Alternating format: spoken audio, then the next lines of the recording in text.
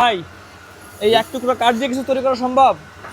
এই কাঠ দিয়ে বিভিন্ন এলাকায় বিভিন্ন ধরনের নামে ব্যবহৃত হয়, যেমন কেউ বলে পাতি, কেউ বলে শেরকাটা, কেউ বলে খুচি।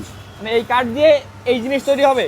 জি। এটা এটা চাল মাপার পাথি বলা হয়। তো ভাই এই এক টুকরো কাঠ দিয়ে এটি তৈরি করে দেখাবে। ভাই শুরু করেন।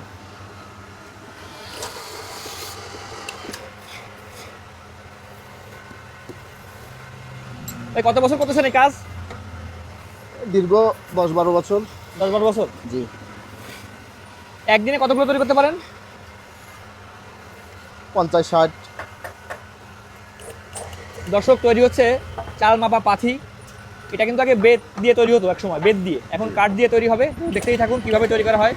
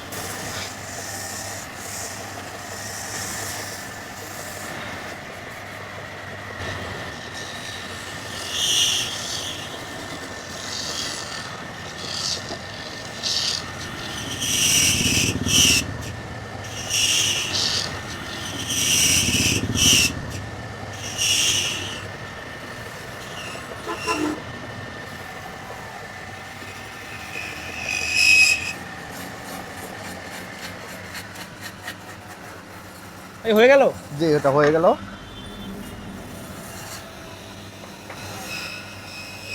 দর্শক, এক টুকরো কাঠ দিয়ে কিন্তু তৈরি হয়ে গেল চাল মাপার